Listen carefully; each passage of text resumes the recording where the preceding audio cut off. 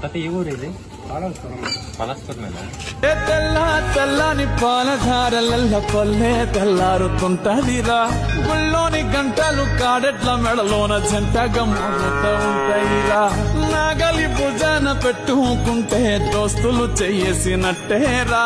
కొట్టు గోదా పక్కన ఉంటే కొండంత బలగం ఉన్నట్టురా.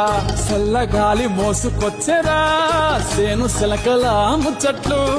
దారి పొడుగు చెట్ల కొమ్మలా రాలుతున్న పూల సప్పట్లు. గట్టి మోపులు కాల్వ గట్టులు చెమట సుక్కల్లో తడిసిన ఈ మట్టి గంధాల పల్లెటూరు దీని తీరే అమ్మ తీరు.